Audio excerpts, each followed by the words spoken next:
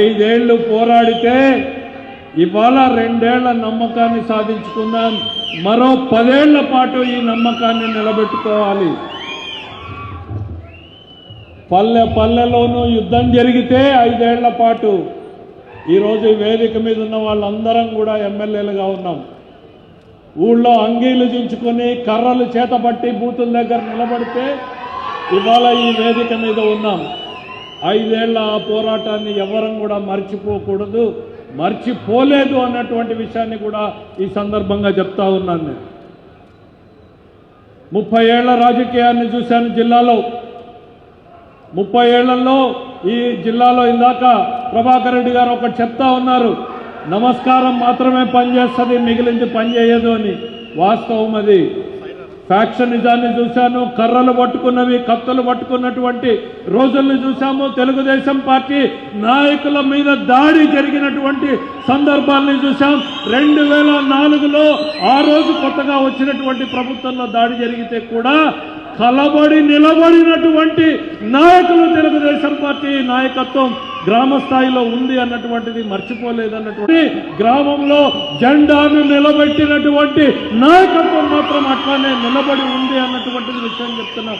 ఈరోజు ఈ పార్టీకి బలగం మాకన్నా ఎక్కువ క్షేత్రస్థాయిలో పనిచేస్తున్నటువంటి కార్యకర్తలు అన్నటువంటి విషయాన్ని సందర్భంగా గుర్తు చేస్తా ఉన్నాం. 30 ఏళ్ల రాజకీయంలో నేను 30 సంవత్సరాలు ప్రతిపక్షంలోనే ఉన్నాను. మరి 30 సంవత్సరాలు ఎట్లా నిలబెట్టుకోగలిగాము అనంటే కేవలం మానవ సంబంధాలతోటి, కార్యకర్తలతో ఉన్నటువంటి అనుబంధంతో వాళ్ళు ఒకటిగా వీడు మావాడు నావాడు నా అన్న తమ్ముడు అనుకున్నారు. కాబట్టి ఇవాళ రాజకీయాన్ని 30 సంవత్సరాలు ప్రతిపక్షంలో ఉన్నా కూడా నిలబెట్టుకున్నారు. నేను నిలబడ్డది కాదు, నన్ను నిలబెట్టినటువంటి నాయకత్వం గ్రామస్థాయిలో ఉంది అన్నటువంటిది గుర్తు చేస్తా ఉన్నా. ఇది ప్రతి ఒక్కరూ కూడా గుర్తుపెట్టుకోవాల్సినటువంటి అవసరం ఉంది. అయితే మన ప్రత్యర్థిని అధికారంలోకి వచ్చినప్పుడు మనకి జబ్బులు వస్తాయి. జబ్బులు కొన్ని మనకు వస్తాయి. అధికారంలో ఉన్నప్పుడు కొన్ని ప్రలోభాలు వస్తాయి. వాటికి దూరంగా ఉండాల్సినటువంటి అవసరం ఉంది. నేను ఎప్పుడు కూడా చెప్తా ఉంటా, అధికారంలోకి వచ్చినప్పుడు ఆఫీస్ రూమ్లో కూర్చుంటే చాలా కొత్త ముఖాలు కనపడతాయి. నా దగ్గర చాలా కార్యకర్తల మీటింగుల్లో చెప్తా ఉంటాను, 5 ఏళ్లలో ఒకరితో ఇద్దరితో పేరు గుర్తులేకపోయినా వీడు నన్ను కలిశాడా లేదా అనేటువంటిది 5 ఏళ్లలో ఖచ్చితంగా చెప్పగలుగుతాను నేను. కానీ ఈ 2 ఏళ్లలో 5 ఏళ్లలో కనపడని ముఖాలు కనపడతా ఉంటాయి.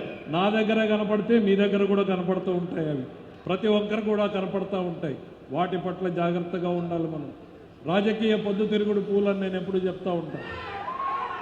మనం అందరికీ పనిచేద్దాం. ఇవాళ మనం అధికారంలో ఉన్నాం, ప్రజలు మనం ఓట్లేసారు, అందరికీ పనిచేయాలి. కానీ ముందు అంగీకరించుకున్న వాళ్ళకి అయిన తర్వాతే మిగిలిన వాళ్ళందరికీ అనేటువంటిది. నలిగిన చొక్కాలు కేసులు పెట్టుకున్నటువంటి వ్యక్తులు ప్రతి ధర్నాకు ముందొచ్చి నిలబడినటువంటి వాళ్ళందరిది అయిన తర్వాతనే మిగిలిన వాళ్ళకి చేద్దాం. ఆకలున్నోడికి అన్నం ముందు పెట్టాలి తప్ప అన్ని వైపులా తిరిగే వాళ్ళ వైపు నిదానంగా చూసినా కూడా పర్వాలేదనేటువంటిది నమ్ముతాను నేను. ఈరోజు తెలుగుదేశం పార్టీ రాయలసీమలో బలంగా జెండాను రెపరెపలాడించినటువంటి జిల్లా అనంతపురం జిల్లా. ఇది మరో దశాబ్ద కాలం పాటు ఈ జెండా రెపరెపలాడుతూనే ఉండాలి. ఈ జెండా నీడన పెరిగినటువంటి వ్యక్తిగా నాకెప్పుడు కూడా ఒక కొరత ఉండేటువంటిది, ఒక పార్టీ కార్యాలయాన్ని నిర్మించుకోలేకపోయామే అనేటువంటిది. అతి తొందరలోనే అద్భుతమైనటువంటి పార్టీ కార్యాలయాన్ని జిల్లా ప్రాంగణంలో నిర్మించుకోబోతున్నాం అనేటువంటి తెలియజేస్తా ఉన్నాం. చాలా వరకు ఈ రోజే దాని ప్రకటన చేద్దామనుకున్నాం. కానీ గవర్నమెంట్ ఫైల్ కదిలేటువంటిది కొంచెం నిదానమయ్యేటప్పటికి ఈ రోజుకి ఆర్డర్లు తెలియకపోయాం. సాధ్యమైనంత తొందరలోనే ఒక అద్భుతమైనటువంటి తెలుగుదేశం పార్టీ కార్యాలయాన్ని నిర్మించుకుంటున్నాం అనేటువంటిది కూడా ఈ సందర్భంగా తెలియజేస్తున్నాం. ఇందాక పెద్దలు ప్రభాకర్ రెడ్డి గారు చెప్పారు, క్షేత్రస్థాయిలో మనం వెళ్ళాలి అని. వాస్తవం. క్షేత్రస్థాయికి ఎంత దగ్గరగా ఉంటే మనం అంత బలంగా ఉంటామనేటువంటిది కూడా చెప్తా ఉన్నాం. పార్టీ ఇప్పటికే ఒక కార్యక్రమాన్ని ఇచ్చింది. ఈ 25 నుంచి 45 రోజుల పాటు క్షేత్రస్థాయిలో పల్లె పల్లెకి గడప ఇంటింటి తలుపుని తట్టి ప్రతి గుండెని పలకరించే రకంగా కార్యక్రమాన్ని రూపొందించారు లోకేష్ గారు.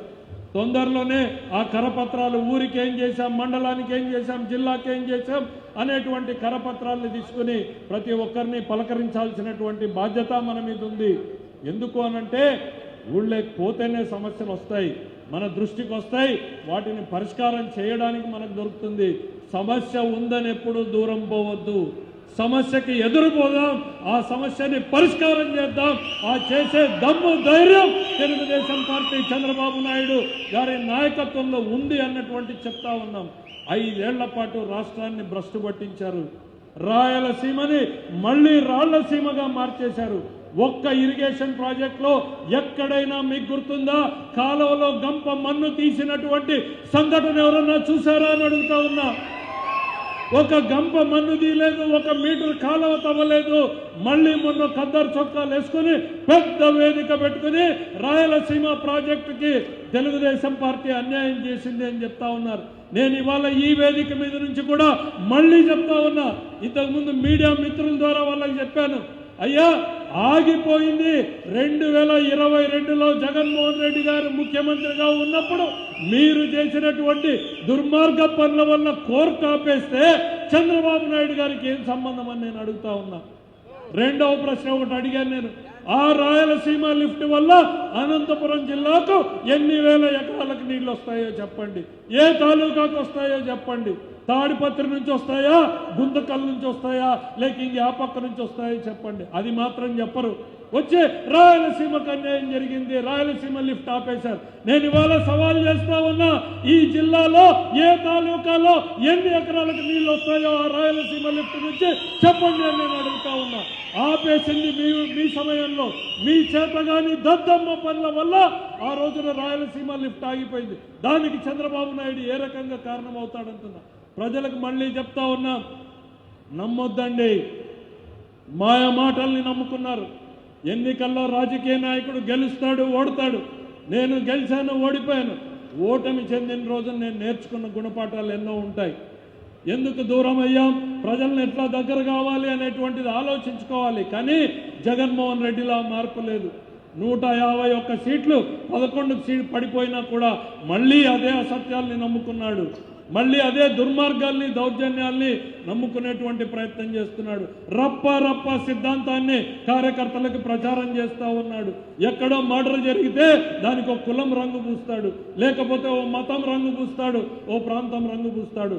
ప్రజలకి మొట్టమొదటిసారి అసెంబ్లీలో బడ్జెట్ ప్రవేశపెట్టిన రోజు నేను చెప్పాను, సిగరెట్ మీద ఒక బొమ్మ వేస్తారు మనకి, తాగితే ఆరోగ్యానికి హానికరం అని. అవునా కాదా?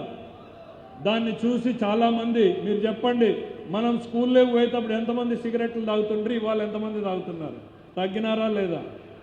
పదే చెప్తే తగ్గే వాళ్ళు ఉంటారు. ఇంట్లో పెండ్లాం కొడుకులు చెప్తే మానేసే వాళ్ళు కొంతమంది ఉంటారు. వాళ్ళు కూడా ఇంకా మొండిగా మానుకోకుండా ఉండే వాళ్ళ కోసం సిగరెట్ ప్యాక్ మీద బొమ్మ వేస్తారు, క్యాన్సర్ ఉండే వాళ్ళది. అవునా? అదన్నా చూసి మానుతారు అని. ప్రజలకి మనం అట్లా నిరంతరం చెప్పాలి, ఈ వైసీపీ గొడ్డలి పార్టీ సమాజానికి హానికరం అనేటువంటిది మళ్ళీ చెప్పాలి. వైసీపీ నెవర్ అగైన్, కూటమి వన్స్ అగైన్, కూటమి అగైన్ అండ్ అగైన్ అన్నటువంటిది మన నినాదం కావాలి.